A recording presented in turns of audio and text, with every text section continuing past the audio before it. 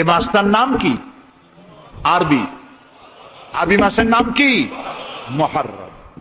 এটি সেই মাস। সিরিয়ার দামেস্কে ইয়াজিদ ক্ষমতা দখল করলো অগণতান্ত্রিক পদ্ধতিতে, এবং সরকারি মালের কোনো হিসাব নাই, অডিট নাই, স্বৈরাচারী কায়দায় তিনি ক্ষমতা দখল করে মদিনার আহলে বায়েত যারা মদিনার নেতৃবৃন্দকে তার আনুগত্য করার জন্য বাধ্য করলো। ইমাম হোসাইন যে মায়ের পেটে এসেছেন, যে পিতার পেটে জন্মে এসেছেন, যে নানার কোলে বড় হয়েছেন, তিনি কি এই দৃশ্য চোখে দেখতে পারেন? তিনি বললেন আমি কুফায় যাব। কুফার লোকেরা দাওয়াত দিল, তিনি কুফায় রওনা করবেন। মদিনার লোকেরা হাতে পায়ে ধরলো, কুফায় আপনি যাবেন না। তিনি বললেন আমি কোন ক্রমে ইয়াজিদের বশ্যতা স্বীকার করব না, আমি এর বিরোধিতা করবই। মাত্র 72 জন লোক নিয়ে তিনি কুফার দিকে অগ্রসর হলেন। এই 72 জনের মধ্যে 40 জন পুরুষ আর 32 জন নারী আর শিশু। তিনি যখন কারবালা প্রান্তরে পৌঁছে গেছেন, ইবনে জিয়াদ কুফার গভর্নর, তিনি বাধা দিলেন, বললেন আমার দরবারে হোসাইনকে হাজির করো। ইমাম হোসাইন বললেন যে ব্যক্তি আল্লাহর আখিরাতকে অস্বীকার করেছে, রাসূলকে অস্বীকার করেছে, আমি তার সামনে জীবন থাকতে যাব না। রাতারাতি ইয়াজিদ 6000 সৈন্য পাঠিয়ে দিল। ইমাম হোসাইনের সাথে লোক কত? মাত্র 72। 6000 লোক কি যুদ্ধ করা লাগে 72-এর সাথে? শুধু যদি মার্চ করে পায়ের তলায় পিছে 72 জন শেষ হয়ে যাবে। হযরত ইমাম হোসাইন রাতের বেলায় সঙ্গীদের বললেন, ও আমার সাথীরা, ইয়াজিদ আমার শির চায়, আমাকে চায়, আমার সঙ্গে থেকে তোমরা তোমাদের জীবনকে বিপন্ন করো না, তোমরা সবাই ফিরে চলে যাও মদিনায়। সাথীরা বললেন, ইমাম আজকে যদি আপনাকে ছেড়ে জীবনের মায়া নিয়ে মদিনায় ফিরে যাই, আর আপনার যদি শাহাদাত নসিব হয়, তাহলে কিয়ামতের দিন আল্লাহর নবীর সামনে আমরা কি জবাব দেব? আমরা আমাদের জীবন দিয়ে আপনাকে পাহারা দেব। সকালবেলা যুদ্ধ শুরু হয়ে গেল। জোহরের নামাজ আসতে না আসতে 40 জন পুরুষ শাহাদাত বরণ করলেন। এখন একজন পুরুষ বেঁচে আছেন, ইমাম হুসাইন। তাঁবুর ভিতরে স্ত্রী এবং অন্যান্য মহিলাদের কাছ থেকে বিদায় নিতে এসেছেন। তোমাদেরকে আল্লাহর হাওয়ালা করলাম, আমি যুদ্ধে চলে যাচ্ছি। আমার চোখের সামনে আমার নানাজির দান্দান মোবারক শহীদ হওয়া ইসলাম, সাহাবীদের রক্ত দেওয়া, জীবন দেওয়া ইসলাম, খেলাফত মিটে যাবে পৃথিবী থেকে, রাজতন্ত্র প্রতিষ্ঠা হবে। আমার জীবন থাকতে আমি তা হতে দেব না। স্ত্রী এগিয়ে এলেন, বললেন, হুসাইন, জিহাদের ময়দানে থেকে আমি আপনাকে বিরত থাকতে বলবো না, তবে একটি দাবি আছে। এই যে ছোট্ট দুগ্ধপোষ্য শিশু, গত কয়েকদিন হলো ঘরে খাবার নাই, পানি নাই, আমার বুকে দুধও নাই, এই ছোট্ট বাচ্চাটিকে একটু পানির ব্যবস্থা করুন। ইমাম হোসাইন কলিজার টুকরা সন্তানকে 2 হাতে উঁচু করে ইয়াজিদি সৈন্যদের সামনে এসেছেন। ইয়াজিদি সৈন্যরা, আমার হাতের দিকে তাকাও, এটি রাসূলের আওলাদ, আমার কলিজার টুকরা সন্তান। ফোরাতের অফুরন্ত পানি প্রবাহিত হচ্ছে, একটু ফোরাতের কুলটা ছেড়ে দাও, ওর একটু পানি পান করায়। আমার সাথে তোমাদের শত্রুতা থাকতে পারে, এই নিষ্পাপ বাচ্চার সাথে তো কোনো শত্রুতা থাকার কথা নয়। তার এই আবেগপূর্ণ কথা ইয়াজিদি সৈন্যদের কলিজায় স্পর্শ করলো না। তারা বিষাক্ত তীর নিক্ষেপ করলো। ইমাম হোসাইনের উঁচু করে ধরা বাচ্চার বুকের ভিতর থেকে বিষাক্ত তীর প্রবেশ করে বেরিয়ে গেল অপর প্রান্ত থেকে, রক্ত ফিনকি দিয়ে বেরিয়ে এলো। ইমাম হোসাইন 2 হাতে আজলা ভরে সেই রক্ত চেহারায় মাখতে লাগলেন আর বললেন, কলিজার টুকরা সন্তান, সালেহ আলাইহিস সালামের উটনির রক্তের চাইতে তোমার রক্ত পবিত্র। হযরত সালেহ আলাইহিস সালামের চাইতে রাসূলুল্লাহর মর্যাদা অনেক বেশি, তুমি তার আওলাদ। বাচ্চাকে কোলে করে নিয়ে স্ত্রীর কাছে গিয়ে বললেন, স্ত্রী, এই নাও তোমার বাচ্চা, ঠান্ডা হয়ে গেছে, এমন পানি পান করেছে কিয়ামত পর্যন্ত পানি পানি বলে তোমারে আর বিরক্ত করবে না। ইমাম হোসাইন লড়াই করলেন ময়দানে, বহু সংখ্যক সৈন্য হতাহত করে ফোরাতের কুল উন্মুক্ত করে ঘোড়ার পৃষ্ঠ থেকে নেমে এক আস্তা পানি তুলেছেন, পানি পান করবেন। মুখের কাছে যখন আকণ্ঠ তৃষ্ণার্ত পিপাসার্ত হোসাইন মুখের কাছে পানি নিয়েছেন, হঠাৎ ভেসে উঠল মনের পর্দায়, একটু আগে আমার কলিজার টুকরা সন্তান এই পানির অভাবে চলে গেল। 40 জন মানুষ বিদায় হলো, এক ফোঁটা পানি দিতে পারলাম না, এই পানি আমি কেমনে খাই? হাতের থেকে পানি পড়ে গেল। অশ্বের পৃষ্ঠে আরোহণ করলেন, চতুর্দিক থেকে তীর আর তরবারি আসতে লাগলো। ইমাম হোসাইন বললেন, থামো, একটু থামো, তোমরা কাকে তীরবিদ্ধ করছো? আমি কি তোমাদের রসুল মুহাম্মদ সাল্লাল্লাহু আলাইহি সাল্লামের নাতি নই? আমি কি তোমাদের রসুলের কলিজার টুকরা মা ফাতেমার নয়নের মণি নই? কেমন করে আমার গায়ে তোমরা তীর মারো? উম্মে সালমা, আমাদের মা উম্মে সালমা রাদিয়াল্লাহু তাআলা আনহা সকাল বেলায় 11ই মুহররম সকাল বেলায় তিনি ঘরে বসে কাঁদতেছেন। কয়েকজন প্রতিবেশী মহিলা এসে বলছেন, মা আপনি কাঁদেন কেন? তিনি বলছেন, আজকে রাত্রে আমি স্বপ্নে দেখেছি রাসূলুল্লাহ আমার বাড়ি এসেছেন। আমি দেখতে পেলাম আল্লাহ রসুলের চোখ দিয়ে পানি পড়ছে, দাড়ি মোবারক ধুলা মাখা, বুক কাটা বলি। আমি জিজ্ঞেস করলাম, ইয়া রাসূলুল্লাহ আপনি কাঁদেন কেন? মুখখানা মলিন কেন? দাড়ি মোবারকে ধুলাবালি কেন? রাসূলুল্লাহ বললেন, উম্মে সালমা তুমি জানো না আমি এইমাত্র কারবালা থেকে এসেছি। আমি দেখে এলাম আমার কলিজার টুকরা হুসাইনের শির মোবারক তার দেহ থেকে বিচ্ছিন্ন করে ঘোড়ার পদতলি, ঘোড়া দিয়ে পদদলিত করা হয়েছে তার দেহ মোবারক। ইসলাম এত সহজে আসে না, অনেক রক্ত পাড়ি দিয়ে এসেছে ইসলাম। হযরতে হোসাইনের মস্তক মুবারক ইয়াজিদি সৈন্যরা একটা প্লেটে করে নিয়ে কুফার গভর্নর ইবনে জিয়াদের সামনে রেখেছে। ইবনে জিয়াদ চেয়ারে বসা, সিংহাসনে বসা, ইমাম হোসাইনের মস্তক মুবারক তার পায়ের কাছে রেখেছে। কলঙ্কিত ইতিহাস, কি করে আমি শুনাই আপনাদেরকে? ইবনে জিয়াদ চেয়ারে বসে পায়ের কাছে রাখা ইমাম হোসাইনের ঠোঁটের উপরে লাঠি দিয়ে নাড়তেছে। হযরত যায়েদ রাদিয়াল্লাহু তাআলা আনহু 80 বছর বয়স, তিনি বলছেন, ইবনে জিয়াদ এতক্ষণ যা করেছো মুখ বুজে সহ্য করেছি, কিন্তু এখন যেটা তুমি করতেছো পায়ের কাছে কার ব্যথা? তুমি যে ঠোঁটের উপরে লাঠি দিয়া নাড়তেছো, আমি যায়েদ আমি দেখেছি রাসূলুল্লাহ 1000 বার এই মুখের উপরে চুমা খেয়েছেন। তোমার বেয়াদবি বন্ধ করো। প্রিয় ভাই সব, রাজতন্ত্র নয়, পরামর্শ ভিত্তিক সমাজ ব্যবস্থা প্রতিষ্ঠার জন্য আল্লাহ তাআলা ইসলাম দিয়েছেন, দ্বীন দিয়েছেন। সেই জীবন ব্যবস্থা ইসলাম আজকে এই পৃথিবীতে মুসলমানদেরকে সন্ত্রাসী জাত হিসেবে চিহ্নিত করার জন্য, উগ্র জাতি হিসেবে, সহিংস জাতি হিসেবে, অগণতান্ত্রিক জাতি হিসেবে প্রমাণিত করার জন্য পাশ্চাত্য শক্তি তারা নবী করিম সাল্লাল্লাহু আলাইহি সাল্লামের ব্যঙ্গচিত্র এঁকে দুনিয়ায় ছড়িয়ে দিয়েছে। আজকে জুমার খুতবায় আমি কসাই মসজিদে বলেছিলাম, রাসূলুল্লাহর মাথার উপরে বোমা আকৃতির পাগড়ি বেঁধেছে, পাশে 2টা অর্ধনগ্ন মেয়ে লোক রেখেছে। নাউজুবিল্লাহ। তোদের মতো অসভ্য আছে পৃথিবীতে? ডেনমার্ক, আমেরিকা, ইউরোপ, তোমরাও কি মানুষের মতো কাজ করেছ? বিশ্ব নবী পৃথিবীতে সব দিয়েছেন, কিছু নেন নাই।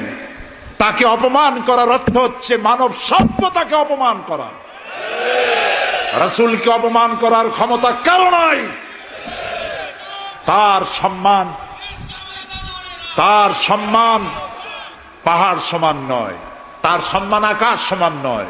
রাসূলের সম্মান আল্লাহর আরশ পর্যন্ত।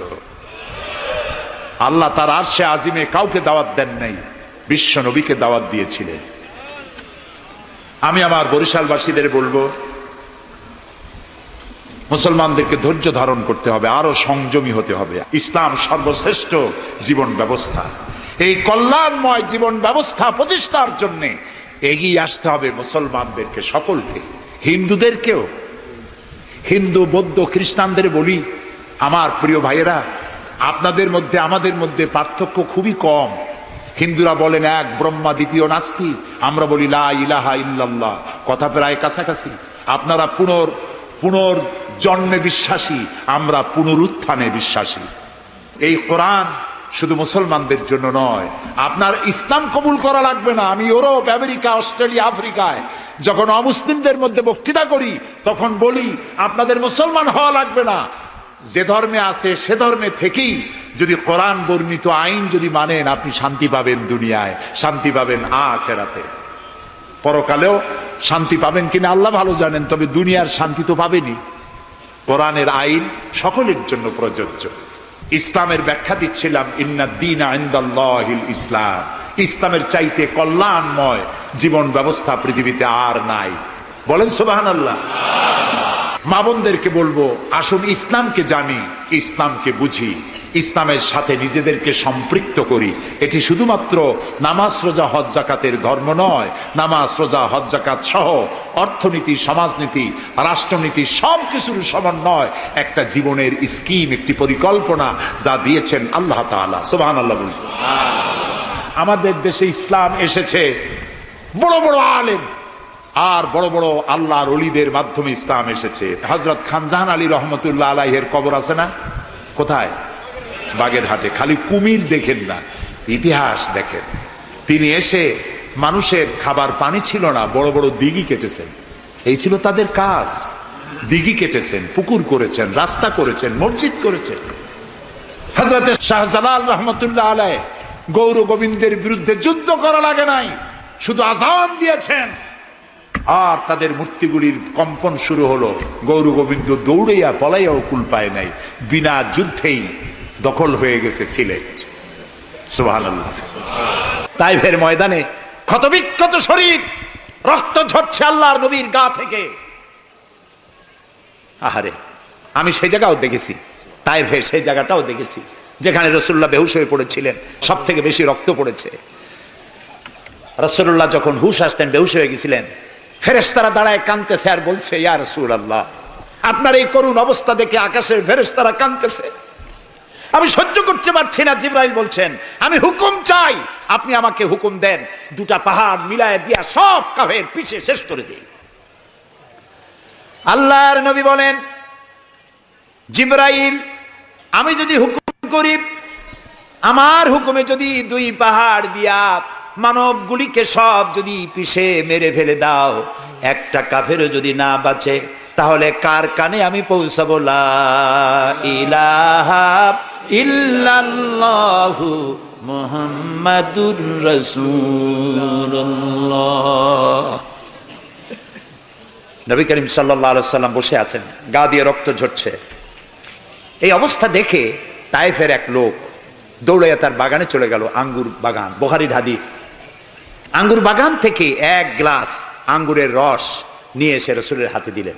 3 দিনের না খাওয়া রাসূল, 3 দিন ক্ষুধার্ত, তৃষ্ণার্ত, ক্ষতবিক্ষত, জর্জরিত, নিষ্পেষিত, নির্যাতিত। এক গ্লাস শরবত হাতে পেয়ে বিসমিল্লাহ বলে শরবতটা পান করলেন। জিজ্ঞেস করলেন, তোমার নাম না আত্তাস? তিনি বললেন, হ্যাঁ, আমার নাম আত্তাস। তোমার বাড়ি হযরত ইউনূস আলাইহিস সালামের গ্রামে? তিনি বললেন, হ্যাঁ। তো আপনি কি করে জানলেন আমার নাম আত্তাস আর আমার বাড়ি ইউনূস আলাইহিস সালামের গ্রামে? নবী করিম সাল্লাল্লাহু আলাইহি সাল্লাম বললেন, আত্তাস, ইউনূস আলাইহিস সালাম নবী আর আমিও নবী, এক নবীর খবর আরেক নবীর কাছে থাকে। এক গ্লাস শরবত পান করে দুহাত উঁচু করলেন। নবীর চোখ থেকে দরদর করে পানি পড়ছে।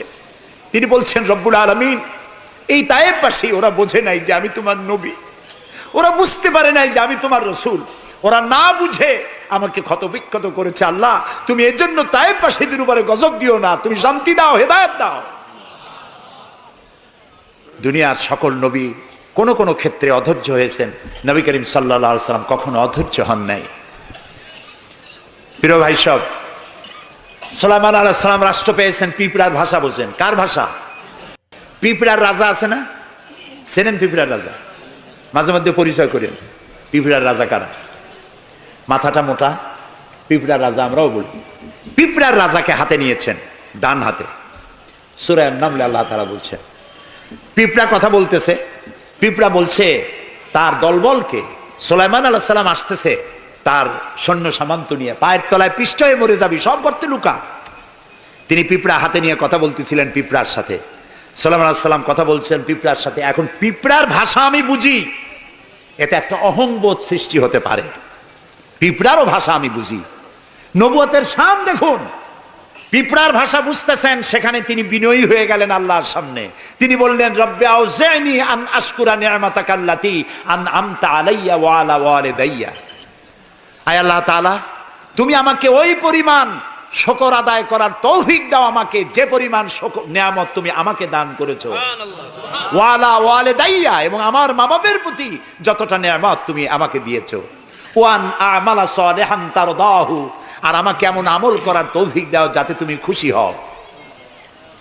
ওয়াদখিলনি বিরাহমাতিকা ফি ইবাদিকা সালিহিন, আর আল্লাহ আমাকে ইবাদে সালেহের মধ্যে শামিল করে দাও। সুবহানাল্লাহ।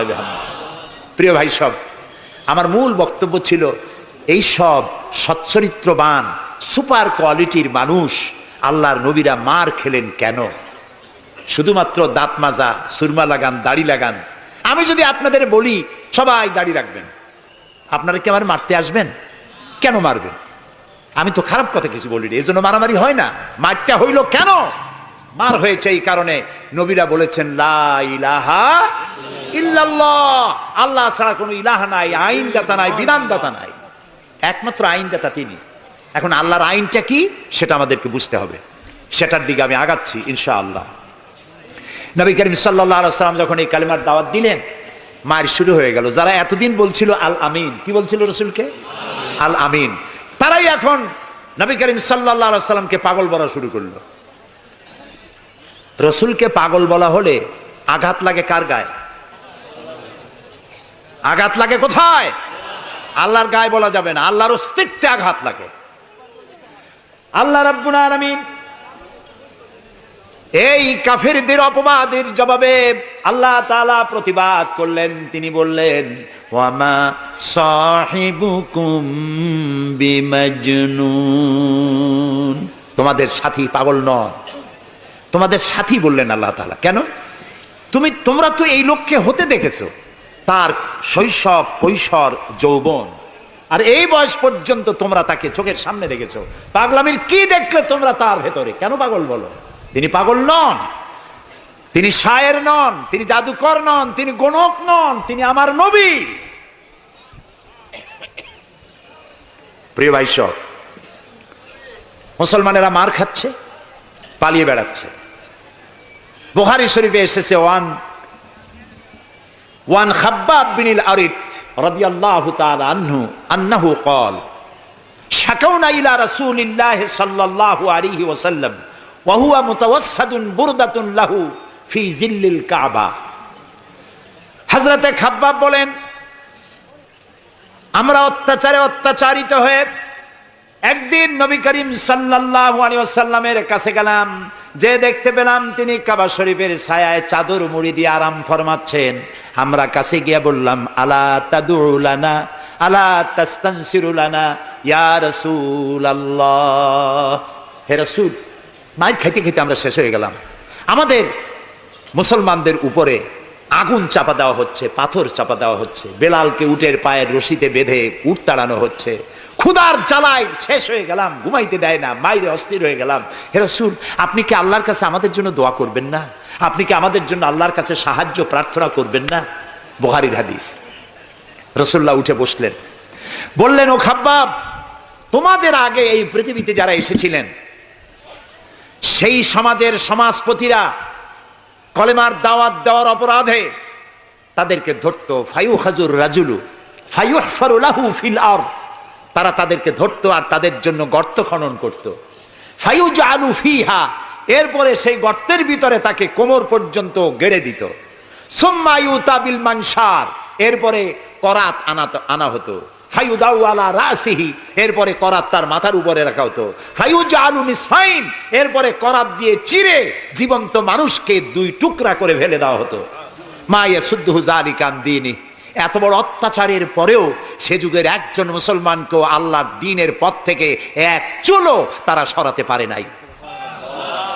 রাসূলুল্লাহ বলছেন ওয়াল্লাহি ওয়াল্লাহি, ও খাব্বাব আমি আল্লাহর নামে কসম করছি। কে বলছেন? রাসূলুল্লাহ কসম করছেন, আমি আল্লাহর নামে শপথ করছি, লা ইউতাম্মান্নাল্লাহু হাদাল আমরা হাত্তা ইয়াসিরুর রাকিবু মিন সানা ইলা হাদরামাউত। সেদিন বেশি দূরে নয়, যেদিন ইয়েমেনের রাজধানী সানা থেকে সুন্দরী যুবতী নারীরা তাদের যৌবনের পসরা নিয়ে, সওদাগারেরা তাদের সম্পদ নিয়ে সানা থেকে রওনা করে সহস্র মাইল পাড়ি দিয়ে সৌদি আরবের হাজরামাউত পর্যন্ত পৌঁছে যাবে রাত এবং দিনে পায়ে হেঁটে। লা ইয়াখাফু ইল্লাল্লাহ, আল্লাহ ছাড়া কোনো ভয় তাদের অন্তঃকরণে থাকবে না। আবেযুবা আলা গানামি, তবে হ্যাঁ এটা ঠিক, লা ইয়াখাফু ইল্লাল্লাহ যদি বলা হয় আর কিছু না বলা হয়, তাহলে তো বোঝা যাবে যে বাঘ এবং সিংহরও ভয় থাকবে না। নবীর কথায় কোনো ফাঁক থাকে না, আল্লাহর কথায়ও ফাঁক থাকে না, নবীর কথায়ও ফাঁক থাকে না। একজন ইলেম কালাম কম যখন ওয়াজ করতে যাইতো, লক্ষ্য করতো যে সেখানে কোনো আলেম আছে নাকি। আলেম থাকলে অল্প কথা বলে শেষ করে দিত। তা আলেম আছে কিনা এটা পরীক্ষা করার জন্য বলছে যে ভাইয়েরা আমি আজকে একটা পাতা আর ওয়াজ করব, একটা পাতা, এবং তার ব্যাখ্যা এবং বিশ্লেষণ আমি আপনাদের সামনে আলোচনা করতে চাই। জনগণ বলেন আমরাও শুনতেই চাই, বলুন পাতার ব্যাখ্যা কি। তিনি বলছেন এমন একটি পাতা, এটি যদি মাটিতে পড়ে বাঘ হয়ে যায়, আর যদি পানিতে পড়ে কুমির হয়ে যায়। একজন দাঁড়ায় বলল, হুজুর বুঝলাম এ পাতার ফজিলত এমন, মাটিতে পড়লে বাঘ হয়, পানিতে পড়লে কুমির হয়, কিন্তু পাতাটি যদি অর্ধেক মাটিতে অর্ধেক পানিতে পড়ে তাহলে কি হবে? উনি বুঝলেন যে এখানে তো আলেম আছে, কাজী আমার ওয়াজ এখানে শেষ করি। ও আখির দাওয়ানা আলহামদুলিল্লাহি রাব্বিল আলামিন। কথার মধ্যে ফাঁক থাকলে এরকম হয়, কিন্তু আল্লাহর কথা নবীর কথায় কোনো ফাঁক নাই। লা ইয়াখাফু ইল্লাল্লাহ, আল্লাহ ছাড়া কোনো ভয় থাকবে না। কিন্তু গরু ছাগল ভেড়া নিয়ে যাইতে গেলে যদি জঙ্গলের বাঘ আক্রমণ করে, সে ভয় কি থাকবে না? আল্লাহ রাসূল ব্যাখ্যায় বলছেন লা ইয়াখাফু ইল্লাল্লাহ আবেযুবা আলা গানামি, তবে তোমার ঘোড়া, তোমার সাথের ভেড়া ছাগল পশু যদি থাকে তো তার উপরে বাঘের আক্রমণ এ ভয় থাকতে পারে, কিন্তু সম্পদ হরণ, সতীত্ব হরণ, জীবন হরণের কোনো ভয় থাকবে না, এমন সমাজ কায়েম হবে। লা ইয়াখাফু ইল্লাল্লাহ ওয়ালাকিন্নাকুম তাস্তাজিলুন, তবে তোমরা খুব তাড়াহুড়ো করছো, একটু সহ্য করো, একটু ধৈর্য ধরো।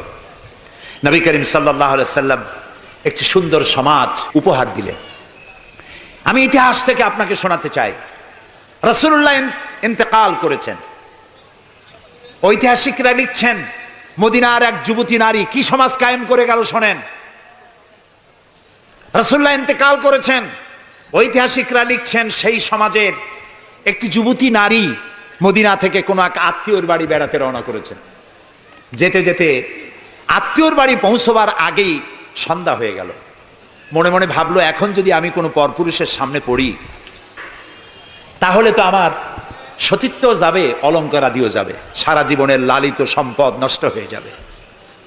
খুব ভীত সন্ত্রস্ত পদে এগোচ্ছে, আর বাঘ দেখা হরিণীর মতো তার চোখ এদিক ওদিক তাকাচ্ছে আর হাঁটতেছে। হঠাৎ দেখে দূর থেকে তার দিকেই এগিয়ে আসছে এক যৌবন ভরা এক যুবক। যুবককে কাছে আসতে দেখে যুবতী নিজের লালিত সম্পদ, সতীত্ব আর অলঙ্কার আদি হারাবার ভয়ে মাটির উপরে বসে পড়েছে, তার রুহু গলার কাছে এসে গেছে। ঐতিহাসিকরা লিখছেন যুবকটি যুবতীর কাছে এসে দাঁড়িয়েছে। যুবতী মহিলার চোখের উপরে চোখ রেখে যুবক ছেলে বলছে, মা আমাকে দিয়ে তোমার কোনো অনিষ্ট হবে না, তুমি কোথায় যাবে আমাকে বলো, আমি পাহারা দিয়ে তোমার গন্তব্যে পৌঁছে দেব, আমার পরিচয় শোনো, আমি মুসলমান।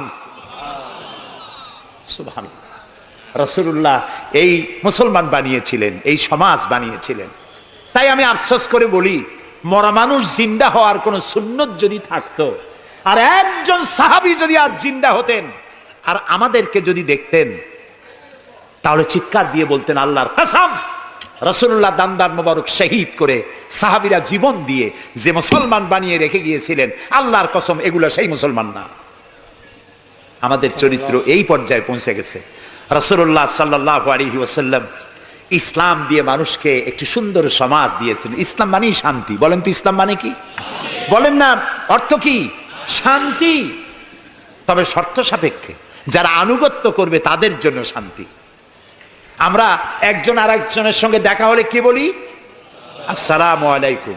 যারা প্রত্যেক দিন প্রতি মুহূর্তে একজন আর একজনকে সালাম দেয়, সেই জাতি কোনোদিন সন্ত্রাসী হতে পারে?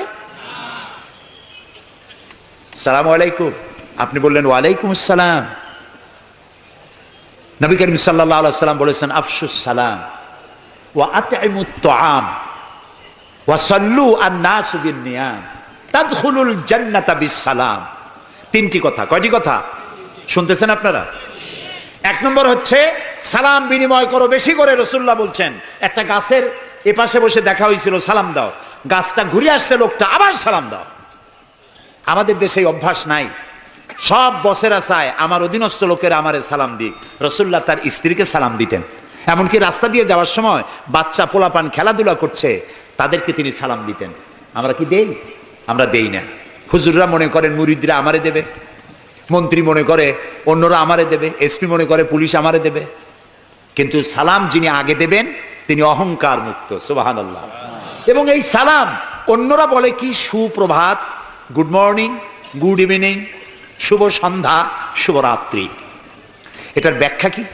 সকালবেলায় 280 মাইল স্পিডে ঝোড়ো হাওয়া প্রবাহিত হচ্ছে, 30 ফিট উঁচু হয়ে জলোচ্ছ্বাস হচ্ছে, মানুষ মরতেছে, বাড়ির টিন উড়ে যাচ্ছে। সকালবেলা কেউ যদি যায় বলে গুড মর্নিং, থাপড়ায় দাঁত ফালাই দেবে না? বেটা এর সাইতে ব্যাড মর্নিং তো কখনো আসে নাই। রাতের বেলায় মা মারা গেছে, তার বাড়ি গিয়ে বলছে গুড নাইট। কেমন লাগবে কোন? সুতরাং ইসলামের বিষয়টাই মোর সায়েন্টিফিক। সুখে দুঃখে, বিপদে আপদে, সুখে শান্তিতে, রাতে দিনে, সকালে সন্ধ্যায় যখন দেখা হচ্ছে একজন আরেকজনকে সালাম দেয়। আসসালামু আলাইকুম। পয়সা লাগতেছে? কথা না কইলে বুঝবো কি? বিনা পয়সায় আল্লাহ তোমার উপরে শান্তি দিক, রহমত দিক। আপনি আরো বেশি করে কন ওয়ালাইকুম আসসালাম ওয়া রাহমাতুল্লাহি ওয়া বারাকাতুহু ওয়া মাগফিরাতুহু। তারপরে কি করেন? হাত দেন। কিছু কিছু লোক আছে হাত মুঠে ছোঁয়ায়, সবটা দিতে চায় না। আবার হাতটা দিয়া এরকম ঝাঁকি ঝাঁকি করে, মনে করে যত ঝাঁকি তত নেকি। এটা কিন্তু একটা পাগলামি। জি, আপনি হাত নাচান কেন? ধরে রাখেন আর বলবেন ইয়াগফিরুল্লাহু লি ওয়া লাকুম। আল্লাহ তোমারও শান্তি দিক, আমারও শান্তি দিক। আল্লাহ তোমারও মাফ করুক, আমারও মাফ করুক। সুবহানাল্লাহ করে কে বলতেছেন? আল্লাহ রাসূল। বাড়িতে যেয়ে সালাম দেবেন, বউরে সালাম দেবেন। আপনার স্ত্রী আপনার কৃতদাসী নয়, আপনার সমান অধিকার তা। আপনি সালাম দিবেন। ঘরের মধ্যে মুখ কালো করে ঢুকলেন, বউ কিছু কইল না, আপনিও কিছু কইলেন না, মনে হলো দুইজন বোবা। আপনি ঘরের মধ্যে প্রবেশ করতেছেন, আসসালামু আলাইকুম ওয়া রাহমাতুল্লাহ। গৃহবাসীরা তোমাদের উপরে আল্লাহর রহমত নাজিল হোক। সুবহানাল্লাহ করবেন না? আজকেই এই আমল করবেন। বাড়ি যাইয়ে বউরে সালাম দেবেন। তবে যারাদের কোনোদিন দেওয়ার অভ্যাস নাই তাদের একটা সমস্যা হইতে পারে। হঠাৎ করে সালাম দিলে বউ মনে করবে কপালে দুঃখ আছে বুঝে আছে। একটু বুঝাই বলে নেবেন। তবে আজকের থেকে সালাম শুরু হবে, ঠিক আছে না ভাই? আজকের থেকে শুরু হবে। বাচ্চাকে বাড়ি থেকে বিদায় করছেন, স্কুলে যাচ্ছে, মা বাবা শিখায় বাই বাই, টাটা, যাই যাই, খাই খাই। একটা কথা হইলো? বাচ্চা বিদায় হচ্ছে, বাচ্চার মাথায় হাত দিয়া বলেন ফি আমানিল্লাহ, তোমারে আমি আল্লাহর আমানতে ছেড়ে দিলাম। সুবহানাল্লাহ। কিসের বাই বাই টাই টাই? আমরা মুসলমান, এই মুসলিম ট্র্যাডিশন, মুসলিম কালচার বাঁচায় রাখতে হবে যে কোনো মূল্যে। ছেলেদের নাম রাখতে গিয়ে মন্টু, বল্টু, সেন্টু, ডবলু, আকাশ খাতুন, বাতাস বেগম, একটা নাম হইল। আচ্ছা ভাই, আপনি লক্ষ্য করেন তো, পৃথিবীতে কোন ইতিহাস সৃষ্টিকারী মানুষ বল্টু আর মন্টু জাতীয় নাম আছে? পৃথিবীর কোন আলেম, হজরত মাওলানা বল্টু সাহেব এখন ওয়াজ করবেন? এই যে মাজার দেখতে পান, ইনি হচ্ছেন হজরত পীর বুজুর্গ খানানে খানান সিরাজুস সালিকিন মিসবাহুল আরিফিন হজরত মাওলানা সেন্টু রহমতুল্লাহ আলাইহির মাজার আছে? এরকম নাই। আপনি নাম যত খারাপ রাখবেন, আপনার সন্তান গুন্ডা হবে, বদমাশ হবে, চাঁদাবাজ হবে, জিনাকার হবে। নাম রাখবেন মুসলমানি নাম, ভালো ভালো নাম, আরবি নাম। আলেমদের কাছে জিজ্ঞাসা করে নাম রাখবেন যে এই নামটা কি রাখবো আর নামের অর্থটা কি। আন্দাজে আবার নাম রেখেন না। কুয়েতে এয়ারপোর্টে একদিন বাংলাদেশের একজনের পাসপোর্ট দেখে পুলিশেরা হাসাহাসি করতেছে। কারণ কি? কারণ হলো পাসপোর্টধারী যিনি, তার নাম হলো জামাল মিয়া, আর পিতার নাম হলো তরিক মিয়া। জামাল শব্দের অর্থ হচ্ছে উট, আর জামাল মিমে আলেফ দিয়ে যদি হয় তাহলে হয় সৌন্দর্য। এখন জামাল মানে উট, মিয়া মানে 100, ওর নাম 100 উট। আর তরিক মানে রাস্তা, মিয়া মানে 100, ওর নাম 100 উট আর ওর বাপের নাম 100 রাস্তা। 100 রাস্তার ছেলে 100 উট।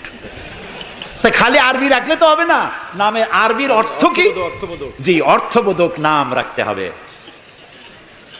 তাহলে আমি বলতেছিলাম রাসূলুল্লাহর হাদিস, প্রথমে দিবেন সালাম, আফশুস সালাম ওয়া আতইমুত তাআম, গরিব মিসকিনদেরকে দাওয়াত করে খাওয়াবেন, বন্ধু বান্ধবদের দাওয়াত দিয়ে খাওয়াবেন।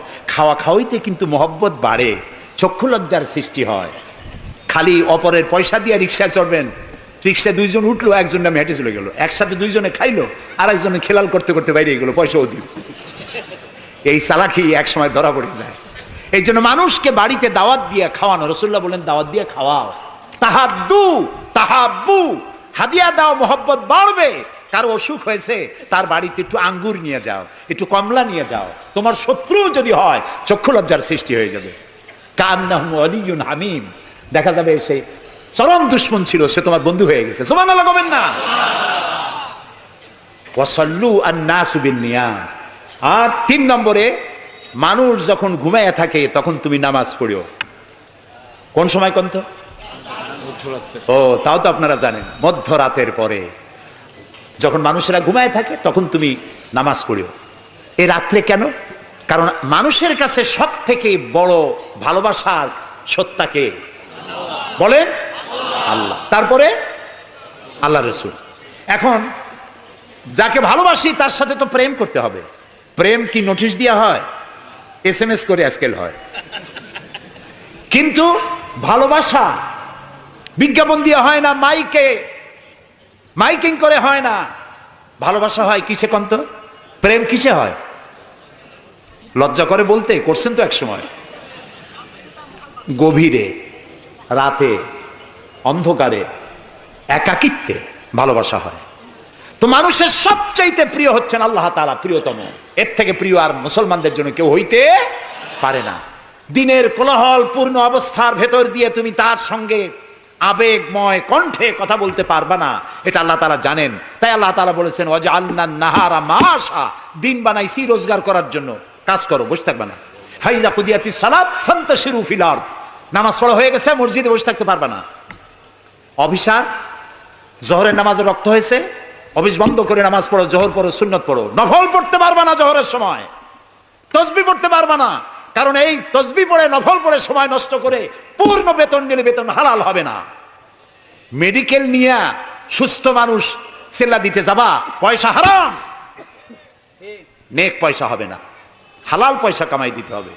সেল্লার নাম বললাম বলে তাবলিগি ভাইরা অসন্তুষ্ট হবেন না, একটা দৃষ্টান্ত দিলাম। আমি তাবলিগি ভাইদেরকে শ্রদ্ধা করি, সম্মান করি, তারাও দ্বীনের কাজ করছে। সুতরাং মসজিদের ভেতরে আপনি নামাজ পড়ে আল্লাহ তাআলা বলছেন কি শোনেন? ফরজ, ফাইজা কুদিয়াতিস সালাত ফান্তাশিরু ফিল আরদ, নামাজ পড়া হয়ে গেছে, বেরিয়ে যাও। কোথায় যাও? দুনিয়ায় যাও, হাটে যাও, বাজারে যাও, কলে যাও, কারখানায় যাও, আদালতে যাও, শিক্ষা প্রতিষ্ঠানে যাও, চাষ করতে যাও। যাইয়া কি করো? আবতাগু মিন ফাদলিল্লাহ, আর আমার রিজিক, আমি যে তোমারে অনুগ্রহ করেছি, রিজিক দিয়েছি, ওই রিজিক তালাশ করে আনো। সুবহানাল্লাহ। প্রিয় ভাই সব, হযরত ওমর রাদিয়াল্লাহু তাআলা আনহু মসজিদের ভিতরে দেখলেন কিছু লোক বসা, জোহরে দেখলেন, আসরে দেখলেন, মাগরিবে দেখলেন, এশায় দেখলেন। পরের দিন ফজরের সময় সেই একই জায়গায় কয়েকটা লোক, একই লোক দেখে জিজ্ঞেস করলেন তোমরা কারা? বলল নাহনু মুতাওয়াক্কিলিন, আমরা আল্লাহর উপরে ভরসা করি এবং আল্লাহর উপরে ভরসা করে এখানে জিকির আজগার করি। খাও কি? কয় যে আমাদের এই জিকির আজগার দেখে পাশের লোকেরা ভাত রাইন্দে আমাকে খাওয়ায়। রাসূলুল্লাহ বললেন তোমরা তো মুতাওয়াক্কিলুন, তোমরা তো অন্যের উপরে নির্ভরশীল, আল্লাহর উপরে তো নির্ভরশীল তোমরা নও। শোনো, আগামীকাল এই জোহরের নামাজের পর যদি তোমাদেরকে এখানে বসা দেখি, ব্যাট মেরে মসজিদ থেকে বের করে দেব। মসজিদে নির্দিষ্ট সময় নামাজ পড়তে আসবে, বাকি সময় কাজ করতে হবে মানুষের জন্য, নিজের জন্য, জনগণের জন্য, রাষ্ট্রের জন্য। এর নাম ইসলাম। এর নাম কি? ইসলাম। বাস্তবমুখী, বৈরাগ্য নয়। আপনি দিন কায়েমের জন্য, আল্লাহর বেশি জিকির আজগার করার জন্য জঙ্গলে যাবেন, লা রাহবানিয়াতা ফিল ইসলাম। ইসলামে বৈরাগ্যবাদকে সমর্থন করে না। কথা বুঝে আসছে? সুতরাং আপনি রাত্রি বেলায়, দিনের কোলাহলপূর্ণ সময়, আপনি আল্লাহর সাথে প্রেম করতে সময় পাচ্ছেন না। আল্লাহ তাআলা বলছেন ওয়াজআলনাল লাইলা লিবাসা ওয়াজআলনা নাওমাকুম সুবাতা। রাত্রে বানাইছি, রাত্রিকে বানাইছি শান্তির আচ্ছাদন। সুবহানাল্লাহ বলবেন না? রাত হলো শান্তির আচ্ছাদন। তীর্যক রৌদ্রের তীব্র প্রখারকে বন্ধ করে দিয়ে, রাতের একটি অন্ধকারের চাদর দিয়ে, কালো চাদর দিয়ে পৃথিবীটাকে ঢেকে দিলাম। আর একটু শান্তির জন্য চাঁদ আর তারকার নামে কিছু ডিম লাইট জ্বালাই দিলাম। গভীর রাত্রে ওঠো, মানুষ যখন ঘুমায় তখন তুমি সেজদায় পড়ে কাঁদো। রাসূলুল্লাহ বলেছেন, অনুশোচনা আর অনুতপ্তের এক ফোঁটা পানি নাকের অর্ধেক আসতে না আসতে আল্লাহ তাআলা ওই ক্রন্দনরত বান্দাকে মাফ করে দেন। সুবহানাল্লাহ। এই তিনটি কাজ যে করবে, কয়টা কাজ? তিনটি। এই তিনটি কাজ যারা করবে, তাদখুলুল জান্নাতা বিসসালাম। আখরাজাহু মুসলিম। মুসলিম শরীফের হাদিস। রাসূলুল্লাহ বলছেন, এই তিনটে কাম করো, শান্তির সাথে জান্নাতে চলে যাবে। তাহলে যে জাতির জীবন ব্যবস্থার নাম কি? ইসলাম। আর আমাদের নাম মুসলমান। সব জায়গায় কিন্তু শান্তি। দেখা হইলে সালাম। আল্লাহর নাম কি? শান্তি। আর আল্লাহর এক নাম কি? সালাম আছেন আল্লাহর নাম? আল্লাহর নাম শান্তি। তারপরে নামাজ পড়ে শেষ করার পরই ডান দিকে বাম দিকে কি বলি? নামাজ পড়েও বলি আসসালামু আলাইকুম ওয়া রাহমাতুল্লাহ। জীবনের শেষ নামাজ কোনটা? জানাজা। তার শেষ কথা কি? আসসালামু আলাইকুম ওয়া রাহমাতুল্লাহ। এরপরে মুমিনদের লাস্ট ডেস্টিনেশন দারাকা দারাস সালাম। শেষ জায়গা কোথায়? জান্নাত। এই যাদের ধর্ম, এই যাদের দিন, এই যাদের জীবন ব্যবস্থা, সেখানে আল্লাহর আইন প্রতিষ্ঠার নামে বোমা মারা লাগবে? জবাব দেন। সন্ত্রাসী তৎপরতা করা লাগবে? কোন নবী, কোন রাসূল সন্ত্রাসী তৎপরতা চালিয়েছেন, মানুষ হত্যা করেছেন, এর কোন নজির আছে পৃথিবীতে? আছে? পৃথিবীতে নাই। আপনারা বলতে পারেন, তাহলে রাসূলুল্লাহ যুদ্ধ করছিলেন কেন? নবী করিম সাল্লাল্লাহু আলাইহি ওয়াসাল্লাম যত যুদ্ধ করেছিলেন সব ছিল ডিফেন্সিভ, আত্মরক্ষামূলক।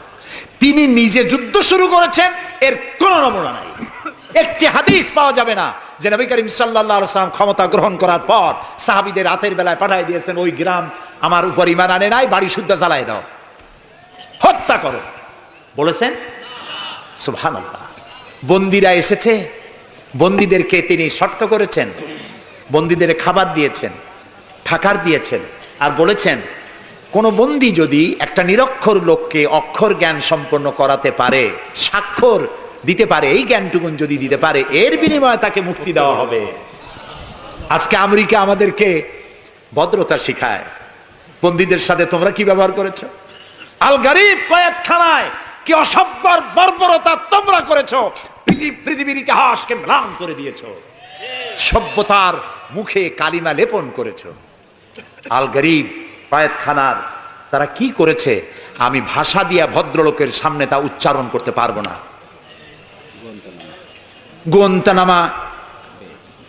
গোয়েন্তানামা বেতে, যেটা পৃথিবীর নরক বলা যায়, পৃথিবীর জাহান্নাম, মুসলমান কয়েদিদের সামনে কোরআন শরীফ খুলে কোরআনের উপরে পেশাব করেছে তারা। একজন মুসলমান হাত পা বান্ধা, তার সামনে কোরআনে পেশাব করলে তার অবস্থাটা কি হয়?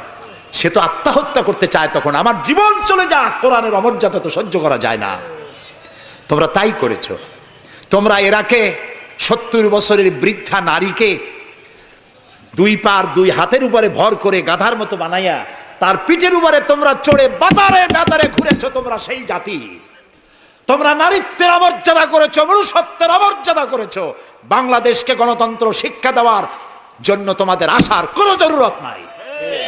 গণতন্ত্র আমাদের কাছ থেকে শিখে যাও, সভ্যতা ভদ্রতা আমার দেশ থেকে শিখে যাও। তোমরা সাম্প্রদায়িক সম্প্রীতির কথা বলো, আমার দেশ থেকে শেখো। আমার দেশের হিন্দুরা রোজার মাসে মসজিদের পাশে যত মণ্ডপ ছিল মাগরিবের আজানের সময় কেউ ঢোল বাজায় নাই, মাইক বাজায় নাই, ঠিক না? আমার দেশের মুসলমানেরা তাদের সারা দিন রোজা রেখে তাদের গান বাজনা চিৎকারে গান অস্থির হয়েছে, কিন্তু কেউ যে বলে নাই যে ঢোল বাজাইতে পারবে না, গান গাইতে পারবে না, বলেছে কেউ? সাম্প্রদায়িক সম্প্রীতি এখানে তোমরা খুঁজে বেড়াও, যেখানে সম্প্রীতি নাই। কোথায় সাম্প্রদায়িক সম্প্রীতি নাই? সব জায়গায় সাম্প্রদায়িক সম্প্রীতি। সব থেকে পৃথিবীর মধ্যে বাংলাদেশে সাম্প্রদায়িক সম্প্রীতি সব থেকে বেশি। দেশের বদনাম বিদেশে গিয়ে এত বলে মানুষ, চিন্তা করতেও কষ্ট হয়। এখন ধোঁয়া তুলেছে দ্রব্য মূল্যের জ্বালায় বাংলাদেশ নাকি শেষ। আচ্ছা ভাইরা, দ্রব্য মূল্য পৃথিবীতে কোথায় না বেড়েছে? তবে আমাকে বলতে হবে, দ্রব্য মূল্যের কারণে বরিশালে না খাইয়া মরছে কয়জন? আমি আপনার কাছে হিসাব চাই, বলেন। মরেছে একজনও? বাংলাদেশে মরছে একজনও? দ্রব্য মূল্য বাড়তে পারে, কিন্তু ক্রয় ক্ষমতাও তো বেড়েছে মানুষের, আলহামদুলিল্লাহ বলেন। আমি তো সেদিন আমার পিরোজপুরে দেখলাম এক রিক্সাওয়ালা, তার বাড়িতে শামিয়ানা টানানো। আমি জিজ্ঞেস করলাম, এই বাড়িতে কি বিয়ে নাকি? বললো যে একটা রিক্সাওয়ালা অমুক, তারা চিনলাম, তার বাড়িতে বিয়া। সে বিবাহের জন্য পাড়েরহাট বাজার থেকে, ডেকোরেটর থেকে চেয়ার ভাড়া করে এনেছে, শামিয়ানা এনেছে, সেজন্য ধার কর্য করতে হয়নি, সে পয়সা পেয়েছে, তার কাছে পয়সা আছে। বিজিডি, বিজিএফ, তারপরে বৃদ্ধ ভাতা, বয়স্ক ভাতা, এরপরে মুক্তিযোদ্ধা ভাতা, উপবৃত্তি, টিআর, কাবিখা, বিভিন্ন রকমের বিভিন্ন পদ্ধতিতে মানুষের দুয়ারে ক্রয় ক্ষমতার জন্য সরকার টাকা পৌঁছে দিয়েছে বলে। সুতরাং এই সব বাজে কথা বলে মানুষকে বিভ্রান্ত করার কোনো সুযোগ নাই। যাক, এটা আমার পয়েন্ট না। আমার পয়েন্ট ছিল আল্লাহর আইন প্রতিষ্ঠার জন্য বোমা মারা, সন্ত্রাসী তৎপরতার কোনো সুযোগ নাই। আজকে যারা বোমা মারতেছে, এই যে জালকাঠি মারলো না, কয়জন মারছে? 2 জন। যেটা মারলো, এইখানে বসে তারে পুলিশে ইন্ট্রোগেশন করতেছিল। ইন্ট্রোগেট করার সময় তারে জিজ্ঞেস করলো, তুমি মারলা কেন? কয় যে আমি আল্লাহর আইন প্রতিষ্ঠা করতে চাই, সে আল্লাহর আইনের বিরুদ্ধে অবস্থান নিয়েছে, বিচার করে, সেই জন্য তারে মারছি। আচ্ছা, বিচারকরা কি আইন তৈরি করে? জবাব না দিলে বুঝবো কি আমি? আপনারা সবাই শিক্ষিত, সিটি কর্পোরেশনের লোক, জবাব দিবেন ঠাস ঠাস করে পুলিশের মতো। বিচারকরা আইন বানায়? তৈরি করা আইনের উপরে তারা ডিসিশন দেন। এই যে আইনজীবী 2 জন 2 পাশে আমার বসে আছে, ওনরা যে পার্লামেন্টের মেম্বার,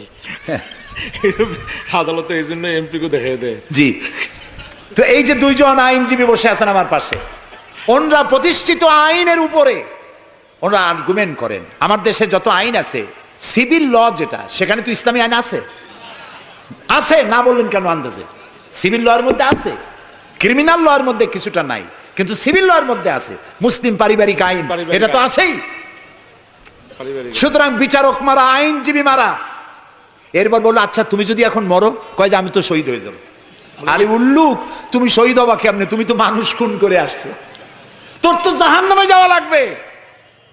চট্টগ্রামে যে মারলো, বোমা মারতে গিয়ে 2টা হাত গেছে, 2টা পা চলে গেছে। তারপরে তাকে হসপিটালে নেওয়া হয়েছে, পানি চাইছে, এক নার্স পানি দিয়েছে বাম হাত দিয়ে। সে কয় যে বাম হাতে পানি খাবো না। তুই মুসলমান? কয় যে নার্স বলছে আমি মুসলমান। বাম হাত দিয়ে পানি দিলা কেন? আমি তো মুসলমান, ডান হাত দিয়ে পানি দাও।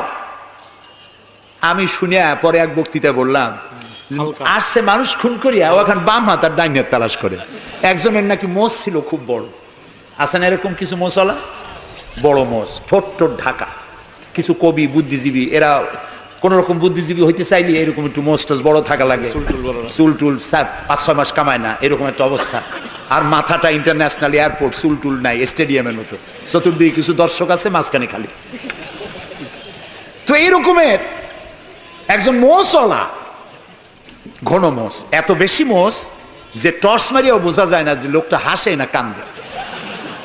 ওই রকম এক মোষওয়ালা লোকের মদ খাওয়ার অভ্যাস ছিল।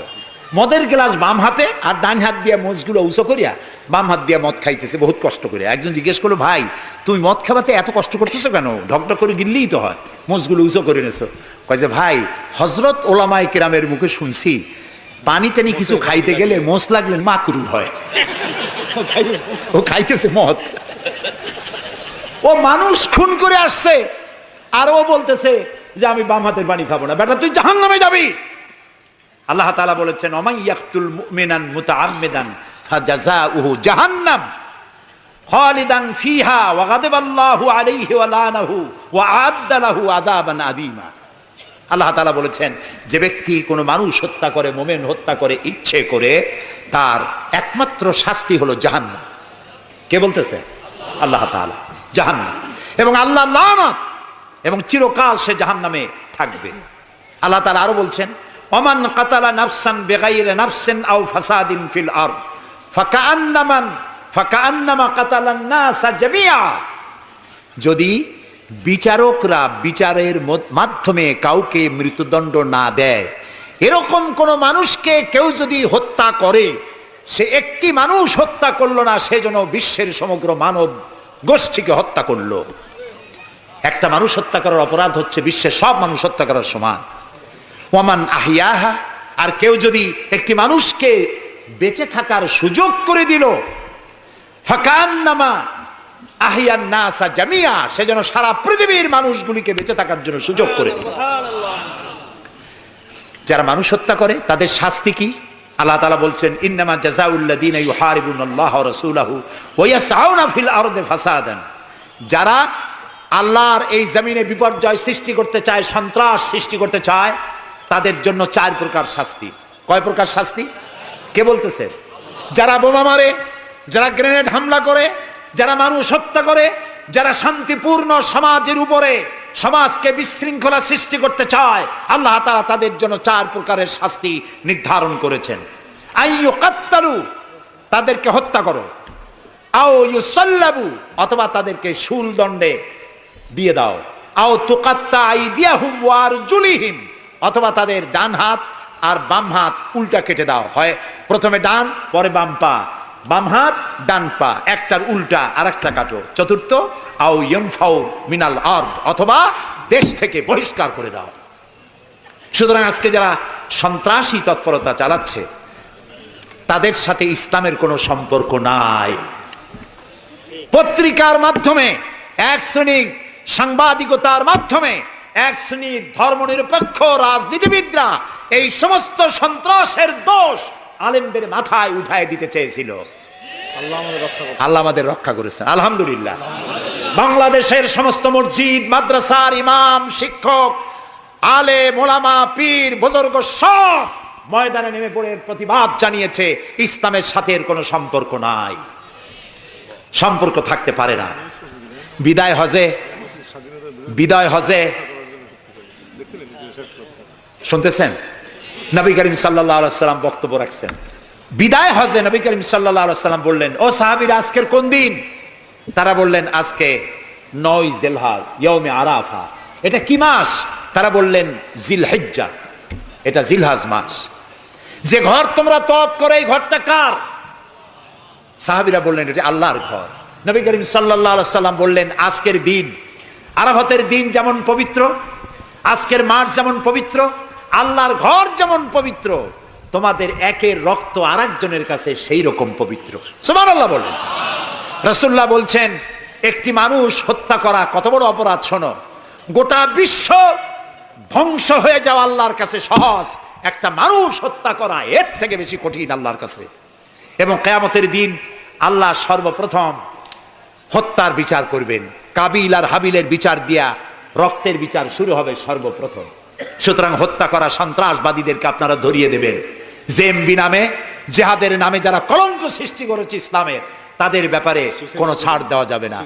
সুইসাইড করা, এইভাবে আত্মঘাতী বোমা ছেড়ে দিয়ে যারা মৃত্যুবরণ করে, তাদের ব্যাপারে আল্লাহ তাআলা বলেছেন, ওয়ালা তাকতুলু আনফুসাকুম, তোমরা আত্মহত্যা করো না। আত্মহত্যা করা হারাম। আত্মহত্যা করা কি? আত্মহত্যাকারীদের জানাজা নাই, গোসল নাই, কাফন নাই, জানাজা নাই।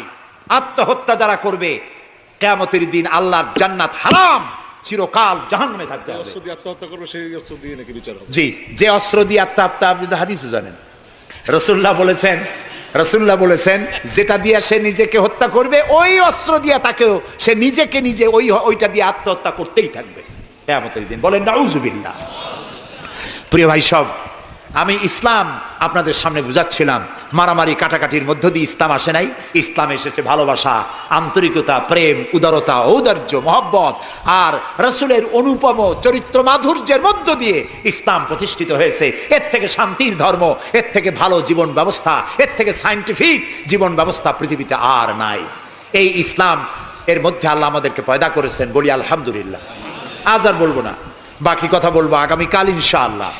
আর ঢাকা থেকে কয়েকটা লাইব্রেরি, মোবাইল লাইব্রেরি এসছে, এখানে বইপত্র পাওয়া যায়। বিশেষ করে যে কোরআনের তাফসীর আমি করতেছি, এতক্ষণ কোরআনের ব্যাখ্যাই বলেছি। এই কোরআন শরীফের বাংলা অনুবাদ আল কোরআন একাডেমি লন্ডন ওরা করেছে 750 পৃষ্ঠা কোরআনে কারীম, একদিকে আরবি আর একদিকে বাংলা, সুন্দর সহজ সাবলীল অর্থ করা। এটি মাত্র 120 টাকা হাদিয়ায় তারা দেয়। এটি ছাপা খরচও না, শুধু মানুষেরা বেশি করে জানুক সেই জন্য তারা বিতরণ করছে। আপনারা নেওয়ার সময়, যাওয়ার সময় নিয়ে যাবেন। আর তাফসীর জানার জন্য তাফহিমুল কোরআন, বর্তমান বিশ্বের শ্রেষ্ঠ তাফসীর তাফহিমুল কোরআন পড়ার আহ্বান জানাচ্ছি। এখন মোনাজাত হবে। আগামীকাল আপনারা আপনাদের ভাই, আত্মীয় স্বজন সবাইকে নিয়ে আসবেন, যাতে ইসলাম কি তার ব্যাখ্যা পূর্ণাঙ্গভাবে আমরা জানতে পারি। 19 নম্বর আয়াত সূরা আলে ইমরানের ব্যাখ্যা কালকে দেওয়া হবে।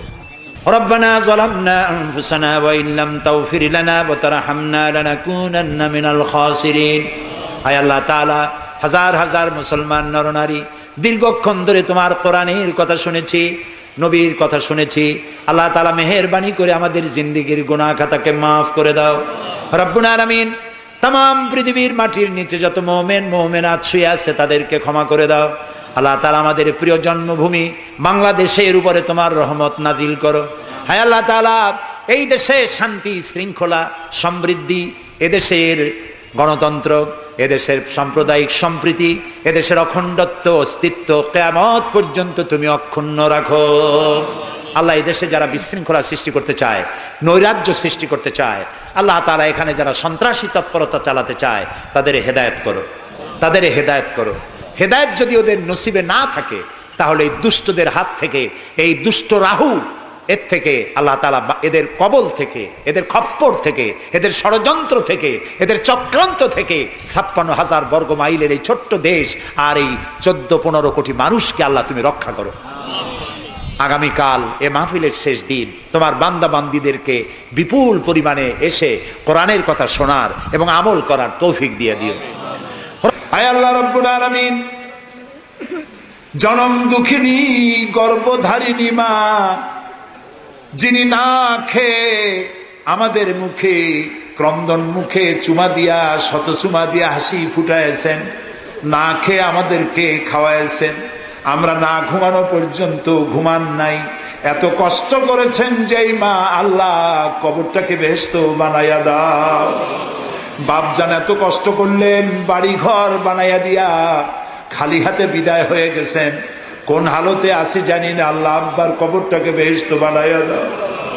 আমাদের মা বাপ যাদের বৃদ্ধ হয়ে গেছেন, রব্বুল আলামিন বিছানায় পড়ায়া পরনির্ভর করে মারবা না। আল্লাহ তাআলা স্বনির্ভর থাকাকালীন নিজে নিজে টয়লেটে যেতে পারেন, নিজের খাবার নিজে খেতে পারেন, দাঁড়াইয়া নামাজ পড়তে পারেন, নিজের কাপড় নিজে পরতে পারেন। এই অবস্থায়, সুস্থ অবস্থায় ইমানের সাথে উঠাইয়া নিয়েও বিছানায় ভালাইয়া রাইগো না। রব্বুল আলামিন, সারা জীবন আমরা গুনাহ করেছি, এত গুনাহ করেছি, তোমার আকাশের দিকে তাকাইয়া কথা বলতে লজ্জা করে, শরমে মাথা নিচু হয়ে যায়। আল্লাহ, যত গুনাহ করছি, নাফরমানি করেছি, আর তুমি শুধু মেহেরবানি করেছো। তুমি যদি আমাদের গোপন গুনাহগুলি জাহির করে দিতে, যৌবনকালের গুনাহ, জীবনের গুনাহ যদি সমাজের লোকেরা জানতো, স্ত্রী পুত্ররা জানতো, সম্মান দিত না। আল্লাহ তাআলা কিয়ামতের দিন লক্ষ কোটি মানুষের সামনে আমাদের গোপন গুনাহগুলি জাহির করে দিয়ে আমাদেরকে শরম দিও না। আয় আল্লাহ তাআলা, তোমার নবী বলেছেন 3000 বছর ধরে তুমি জাহান্নামের আগুন উত্তপ্ত করেছো। আল্লাহ তাআলা চৈত্র মাসের দ্বিপ্রহরের রোদ সহ্য হয় না। আল্লাহ তাআলা জাহান্নামের আগুন আমরা সইতে পারবো না। জাহান্নামের আগুন আমাদের জন্য আল্লাহ তুমি হারাম বানায়া দাও। আল্লাহুম্মা আজিরনা মিনান নার। সবাই পড়েন আল্লাহুম্মা আজিরনা মিনান নার, আল্লাহুম্মা আজিরনা মিনান নার। আয় আল্লাহ তাআলা, তামাম পৃথিবীতে মুসলমানেরা আজ বড় বিপদে। মুসলমানদের কেউ দেখার নাই। ইরাকের আল গরিব কয়েদখানার ভিতরে মুসলমানদেরকে উলঙ্গ করে তাদের মুখের উপরে কাফেরেরা পেশাব করেছে। গুয়ান্তানামো কারাগারের ভিতরে মুসলমানদের বান্দা তাদের সামনে কোরআন শরীফের উপরে পেশাব করেছে। রাসূলুল্লাহর মাথায় বোমা উঠাইয়া দিয়েছে। নগ্ন নারী তার পাশে বসাইয়া ছবি উঠাইছে। বাবু, আমাদের কলজা চলে যায় বাবু। আল্লাহ নরপশুদের হেদায়েত দাও।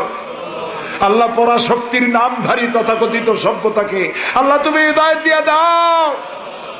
ওদের নসিবে যদি হেদায়েত না থাকে, তুমি তো আমাদের সেই আল্লাহ যে আল্লাহ নমরুদকে জুতা পেটা করে বিদায় করেছো। তুমি তো সেই আল্লাহ যে ফেরাউনকে চুবাইয়া মারছো। আল্লাহ, এই সভ্যতার দাবিদার গুলি যারা আমার রসুলকে অপমান করতেছে, মুসলমানদেরকে অপমান করছে, কোরআনকে অপমান করছে, ফেরাউনের মতো নবরুদের মতো জুতা মেরে ডুবাইয়া ধ্বংস করে গজব দিয়া বিদায় করে দাও। আল্লাহ, আমাদের এই শান্তিপূর্ণ দেশে যারা বোমা মারে, সন্ত্রাসী হামলা করে, ওদেরকে আমরা চিনি না, তুমি ভালো করে জানো ওরা কারা। আল্লাহ, ওদেরকে হেদায়েত করো, ওদেরকে তুমি ধরাইয়া দাও। ওদেরকে কারা টাকা দেয়, কারা বুদ্ধি দেয়, কারা পরিচালিত করে, তাদের চেহারা জনগণের সামনে উন্মোচিত করে দাও। তাদেরকে জনগণের সামনে ন্যাংটা করে দাও। আল্লাহ তাআলা, আমাদের এই সুন্দর দেশটির উপরে তুমি রহমত করো। আল্লাহ, তোমাকে বলবো না কাকে বলবো। পৃথিবীতে যত মুসলমান দেশ তুমি দিয়েছো, প্রত্যেক মুসলমান দেশের পাশে আরো 2-4টা মুসলমান দেশ আছে। তুমি আমাদের দিকে তাকায় দেখো তো আমাদের অবস্থাটা কি। আমরা কোথায় যাব? আমাদের তো পালাবারও জায়গা নাই। একদিকে সমুদ্র আর 3 দিকে কারা। আল্লাহ, তুমি এই বাংলাদেশটাকে দয়া করে হেফাজত করো। কারো তাবেদার বানাইও না, কোন পদসেবী পদলেহীদের গোলাম বানাইও না। আল্লাহ, এই দেশের মুসলমানদের মাথায় টুপি রাখা, মুখে দাড়ি রাখার পথে বিঘ্ন ঘটায়ও না। মাদ্রাসাগুলি বন্ধ করে দিয়ে আমাদের দম বন্ধ করে দিও না। আল্লাহ তাআলা, এমন শক্তি ক্ষমতা এনো না যারা ইসলামকে অপমান করবে, আলেমদেরকে অমর্যাদা করবে, এমন লোকদেরকে কিয়ামত পর্যন্ত ক্ষমতা দিও না। আল্লাহুম্মা লা তারুদ্দানা খায়বিন, আল্লাহুম্মা লা তারুদ্দানা খায়বিন। আল্লাহ তাআলা, একেবারে কিছু না দিয়ে একেবারে খালি হাতে আমাদেরকে ফেরত দিও না বাবা। আমি কয়েক সেকেন্ড আপনাদের জন্য ছেড়ে দিলাম। মাথা নিচু করেন, চক্ষু বন্ধ করেন, কেঁদে কেঁদে মনের কথা আল্লাহরে বলেন, দোয়া কবুল হবে ইনশাআল্লাহ। কোরআনের মাহফিল, দোয়া কবুল হবে ইনশাআল্লাহ।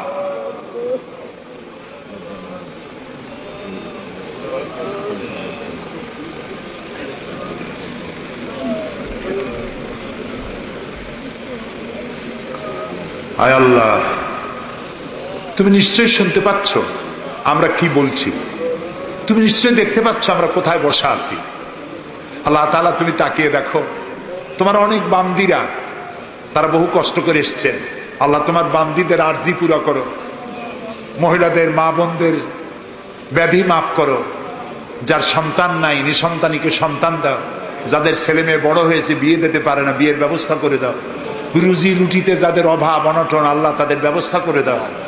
আল্লাহ তাআলা, আমাদের দেশে যারা নৈরাজ্য সৃষ্টি করতে চায়, অস্থির করতে চায় দেশটাকে, আল্লাহ তাদের হাত থেকে দেশটাকে রক্ষা করো। এই বরিশালের উপরে রহমত নাজিল করো। এখানে যারা ব্যবসা বাণিজ্য করে, হালাল ভাবে ব্যবসায় বরকত দাও। এদেশে হিন্দু, মুসলমান, খ্রিস্টান, বৌদ্ধ সাম্প্রদায়িক সম্প্রীতি নিয়ে বসবাস করার তৌফিক দান করে দাও। আলেম ওলামা, পীর বুজুর্গদের মধ্যে মহব্বত কায়েম করে দাও। যারা আলেম ওলামাদের মধ্যে বিদ্বেষ সৃষ্টি ছড়ায়, যারা ইসলামী আন্দোলনের বিরুদ্ধে ফতোয়া দিয়া আল্লাহ তাআলা যারা বিঘ্ন ঘটাতে চায়, আল্লাহ দয়া করে তাদেরকেও হেদায়েত করো। অনেকে দোয়া চেয়েছেন, যিনি যেভাবে দোয়া চেয়েছেন তুমি জানো, তার দোয়া পূরণ করো। আল্লাহ তাআলা এই মাহফিলে জনগণকে সাহায্য করার তৌফিক দাও। আল ফারুক সোসাইটিকে কিয়ামত পর্যন্ত কবুল করে নাও। ربنا تقبل منا إنك أنت السميع العليم وتب علينا إنك أنت التواب الرحيم سبحان ربك رب العزة عما يصفون وسلام على المرسلين والحمد لله رب العالمين واجعل آخر كلامنا عند الموت لا إله إلا الله محمد رسول الله السلام عليكم ورحمة الله